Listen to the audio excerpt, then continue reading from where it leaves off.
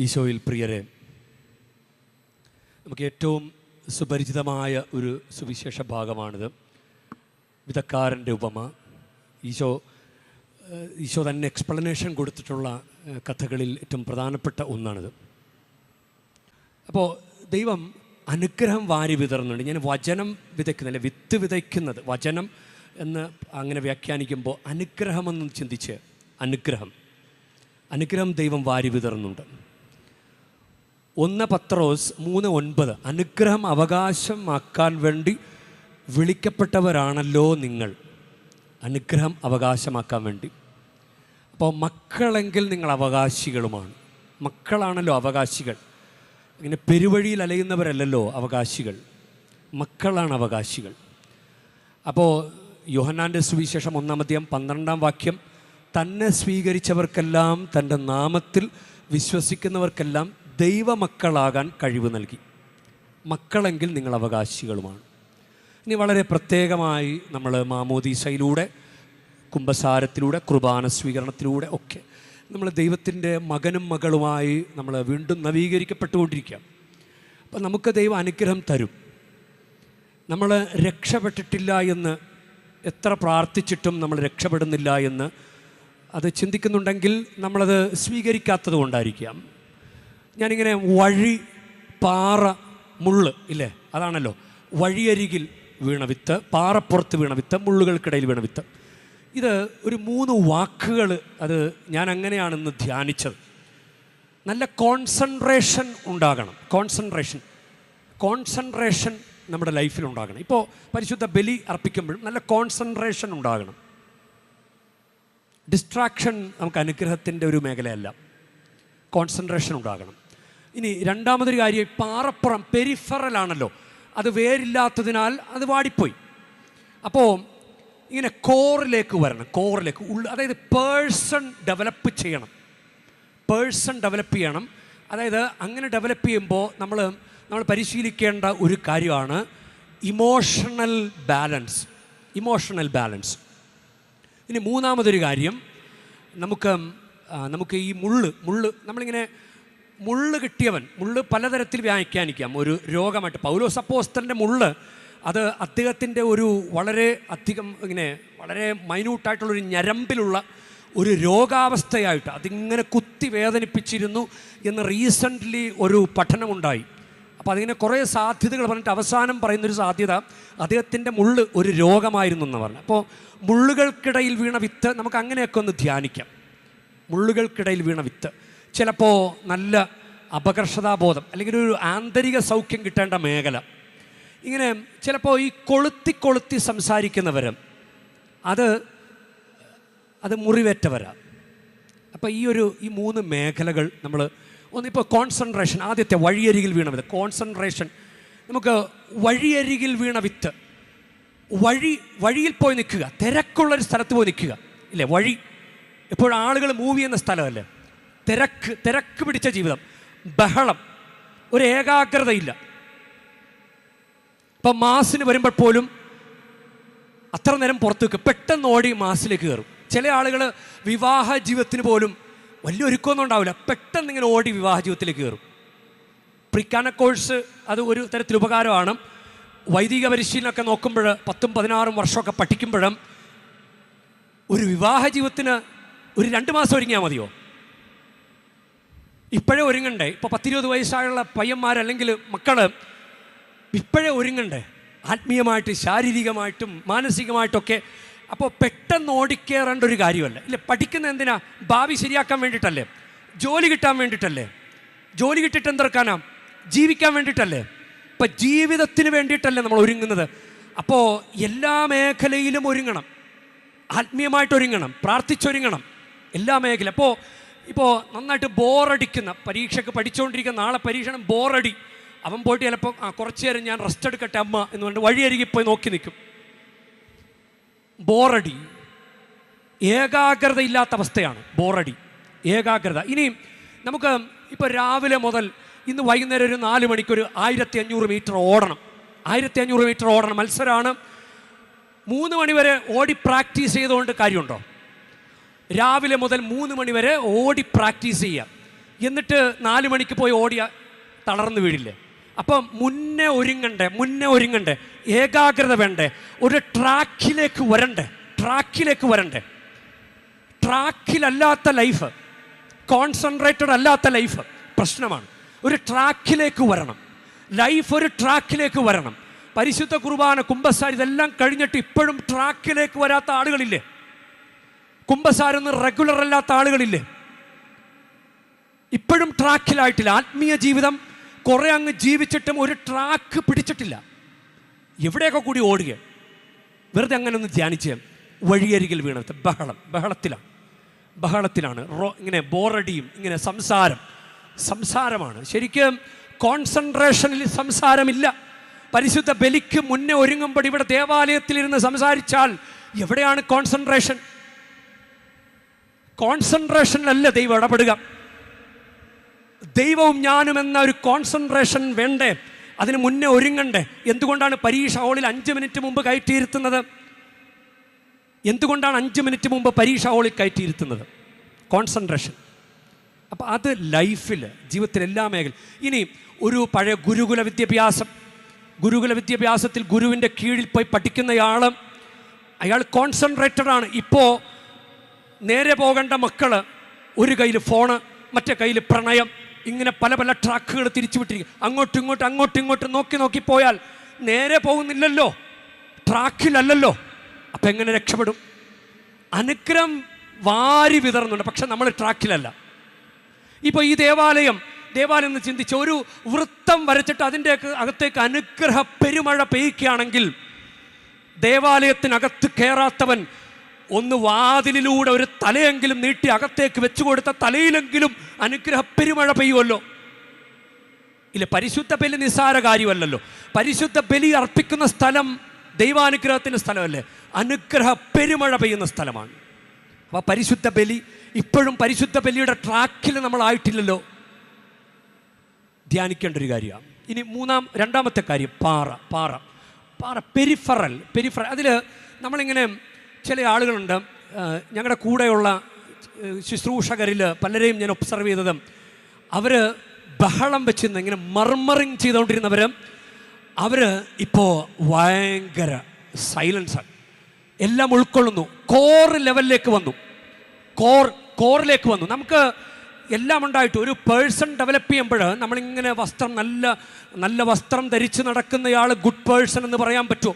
പള്ളിയിൽ പോയിട്ട് കൈകൂപ്പി നിന്ന് അടിപൊളിയായിട്ട് പ്രാർത്ഥിക്കുന്ന ഒരാളെ കണ്ടു കഴിഞ്ഞാൽ ഗുഡ് പേഴ്സൺ ആണെന്ന് പറയാൻ പറ്റുമോ? അയാൾ വീട്ടിൽ വന്നിട്ട് ബഹളമാണെങ്കിൽ അയാളുടെ സോഷ്യൽ ആസ്പെക്റ്റ് പോയില്ലേ, അയാളുടെ ഇമോഷണൽ ആസ്പെക്റ്റ് പോയില്ലേ? അപ്പോൾ ഫിസിക്കൽ ആസ്പെക്റ്റ് മാത്രമല്ല, സോഷ്യൽ ആസ്പെക്റ്റ് ഡെവലപ്പ് ചെയ്യണം, ഇൻ്റലക്ച്വൽ ആസ്പെക്റ്റ് ഡെവലപ്പ് ചെയ്യണം. നമുക്ക് ചിലപ്പോൾ തോന്നിയാലേ വേണ്ടാത്തത് പറഞ്ഞു കഴിയുമ്പോൾ കയ്യിൽ നിന്ന് പോയി എന്ന് തോന്നിയാലേ, കയ്യിൽ നിന്ന് പോയി, ഇനി എന്ത് ചെയ്യും? തിരിച്ചു പിടിക്കാനും പറ്റാത്തതുപോലെ അങ്ങനെ കയ്യിൽ നിന്ന് പോയ സംഭവങ്ങളൊക്കെ തിരിച്ചു പിടിക്കണ്ടേ? അപ്പോൾ ഈ ഇൻ്റലക്ച്വൽ ആസ്പെക്ട് ബുദ്ധിപൂർവമായിട്ട് പെരുമാറണം. ഇനി psychological aspect, emotional aspect, spiritual aspect. ഇപ്പോൾ ഒരു ഗുഡ് പേഴ്സൺ എപ്പോഴും നല്ലൊരു വിശ്വാസിയാകാൻ എളുപ്പമാണ്. വെറുതെ ഒന്ന് ചിന്തിച്ച്, ഗുഡ് പേഴ്സൺ എപ്പോഴും അഹങ്കരിക്കില്ല, തൻ്റെ കഴിവിൽ അഹങ്കരിക്കില്ല. ദൈവമേ എനിക്ക് ഇത്രയേ ഉള്ളൂ ദൈവമേ എന്ന് പറയുന്നയാളായിരിക്കും ഗുഡ് പേഴ്സൺ. പക്ഷേ സോ കോൾഡ് ഭക്തൻ, ആളുകളെ കാണിച്ചുകൊണ്ട് ഭക്തി നടിക്കുന്നയാൾ ചിലപ്പോൾ ഗുഡ് പേഴ്സൺ ആകണമെന്ന് നിർബന്ധമില്ല. അയാൾ വീട്ടിൽ ബഹളമായിരിക്കും, ദേഷ്യമായിരിക്കും, എപ്പോഴും കോപം. നമുക്ക് പറയാൻ തോന്നില്ല, താനൊക്കെ പള്ളി പോട്ടെ എന്തിനാണോ എന്ന് വീട്ടുകാർ തന്നെ ചോദിക്കും. ഇവിടെ വല്ലയിടത്തും ഇരുന്നാൽ പോരെ.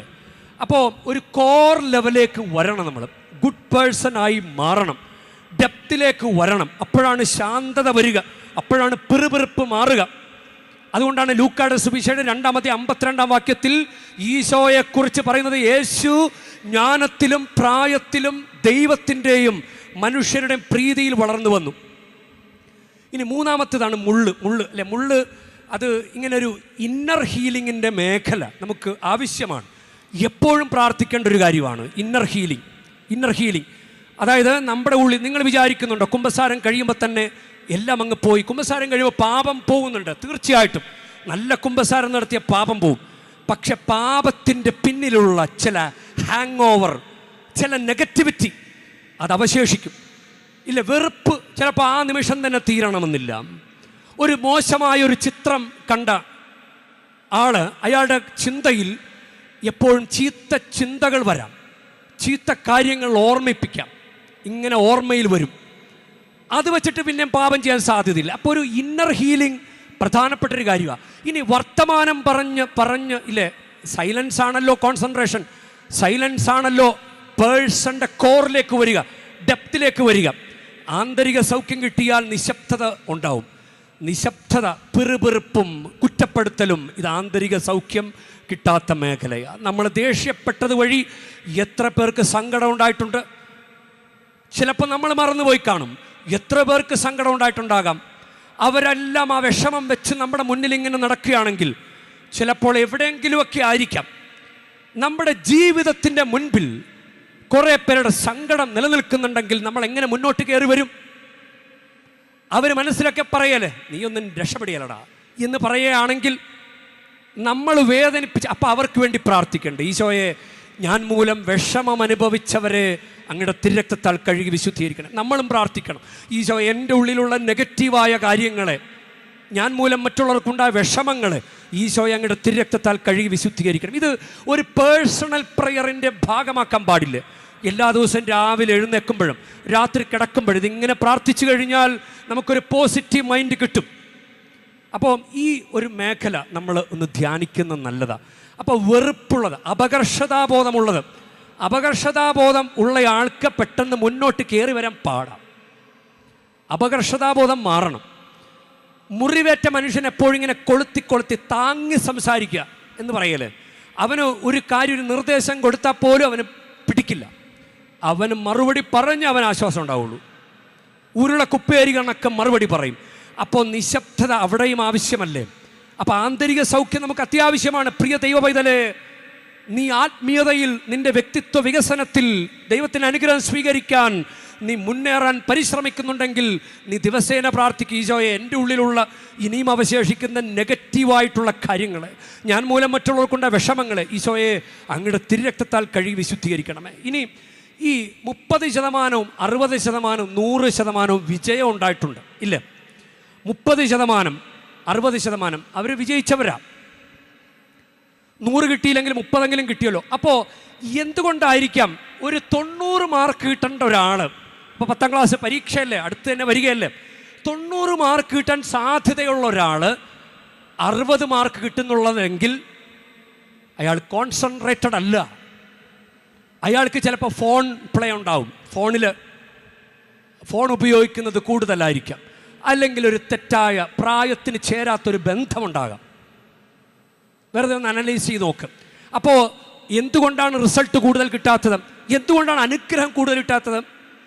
ഇല്ല, മത്സ്യത്തൊഴിലാളികൾ പറയും, അപ്പുറത്തെ വള്ളക്കാർക്ക് നല്ല മത്സ്യം കിട്ടി, ഞങ്ങൾക്ക് ഒന്നും കിട്ടണില്ല, ഞങ്ങളുടെ അടുത്ത് മത്സ്യം വരണ പോലുമില്ല. നമ്മളിങ്ങനെ പ്രാർത്ഥിക്കുമ്പോൾ അപ്പുറത്ത് നിൽക്കുന്നവൻ അനുഗ്രഹം വാങ്ങിച്ചുകൊണ്ട് പോയി, മാതാവിൻ്റെ അനുഗ്രഹം മേടിച്ചുകൊണ്ട് പോയി, എനിക്ക് അനുഗ്രഹം കിട്ടണില്ല. എന്തുകൊണ്ടായിരിക്കാം? കോൺസെൻട്രേറ്റഡ് ആയിട്ട് പ്രാർത്ഥിക്കാത്തത് കൊണ്ടല്ലേ? അപ്പോൾ റിസൾട്ടിൻ്റെ കാര്യത്തിലും കോൺസെൻട്രേഷൻ പ്രധാനപ്പെട്ട കാര്യമാണ്. റിസൾട്ടിൻ്റെ കാര്യത്തിലും ആ ഒരു ഡെപ്തിലേക്ക് വരണം, ആ ഒരു സൈലൻസിലേക്ക് വരണം, ഇമോഷണൽ ബാലൻസിലേക്ക് നമ്മൾ വരണം. ഇനി നമുക്ക് ആ ഒരു ആന്തരിക സൗഖ്യവും ഈ റിസൾട്ടിൻ്റെ മേഖലയിലും നമുക്ക് ആവശ്യമാണ്. അതുകൊണ്ട് നമുക്കിങ്ങനെ വിശുദ്ധ ഫ്രാൻസിസ് സേവറിനെ മാനസാന്തരപ്പെടുത്തിയ വചനം, അത് ലോകം മുഴുവൻ നേടിയാലും ആത്മാവിനെ നഷ്ടപ്പെടുത്തിയാൽ എന്ത് പ്രയോജനം? ഇല്ലേ? ആത്മാവിന് പകരമായിട്ട് എന്ത് കൊടുക്കും? ഇത് ഇഗ്നേഷ്യസ് ലയോള ആവർത്തിച്ച് പറഞ്ഞിട്ടുണ്ട്. അതൊന്നും ആദ്യമൊന്നും ശ്രദ്ധിച്ചില്ല, കോൺസെൻട്രേറ്റഡ് ആയിരുന്നില്ല പുണ്യവാൻ. പക്ഷെ പിന്നീട് കോൺസെൻട്രേറ്റഡായി, ആ പേഴ്സൺ ഡെവലപ്പ് ചെയ്യാൻ തുടങ്ങി, അത് സ്വീകരിക്കാനുള്ള മനസ്സുണ്ടായി, എല്ലാം സ്വീകരിക്കാൻ തുടങ്ങി. അപ്പം ഫലം പ്രാപിച്ചത് കണ്ടോ? 100%, 100 മേനി വിളവ് വന്നത് കണ്ടോ? ഫലം വന്നത് കണ്ടോ? ഇനി മദർ തെരേസയെ മാനസാന്തരപ്പെടുത്തിയ വചനം, ഈ ചെറിയവരിൽ ഒരുവന് ചെയ്തു കൊടുത്തപ്പോഴെല്ലാം എനിക്ക് തന്നെയാണ് ചെയ്തത്. ഈ വചനം ഇങ്ങനെ ധ്യാനിക്കാൻ തുടങ്ങി.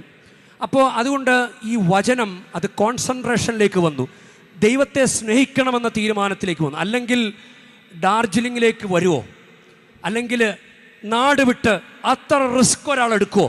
അത്രയും ബോധ്യമുള്ളത് കൊണ്ടല്ല റിസ്ക് എടുത്തത്. ലൈഫിൽ സ്വന്തം നാട് വിട്ട് ഇവിടെ ഇങ്ങോട്ട് വന്നത് അത്രയും സംഗതി മനസ്സിലേക്ക് കയറിയിട്ടുണ്ട്. കോൺസെൻട്രേറ്റഡ് ആയിരുന്നു.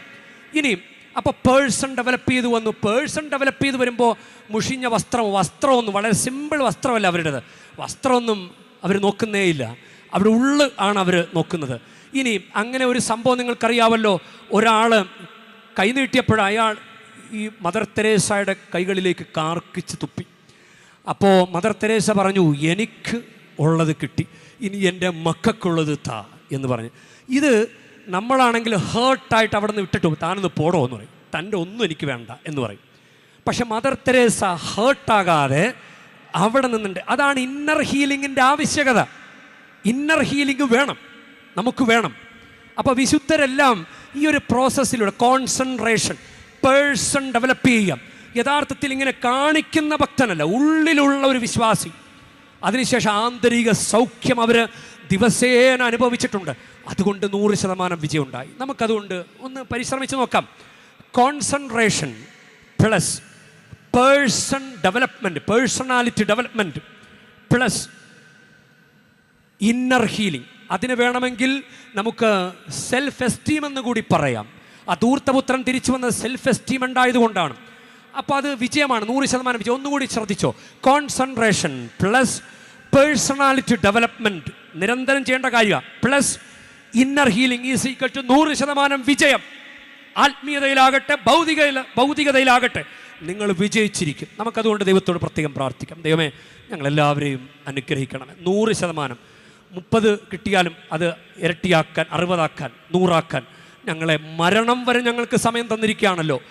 ഞങ്ങൾക്കിതെല്ലാം പ്രയോജനപ്പെടുത്താൻ ഞങ്ങളെ ഒന്ന് സഹായിക്കണമേ. ആമേൻ.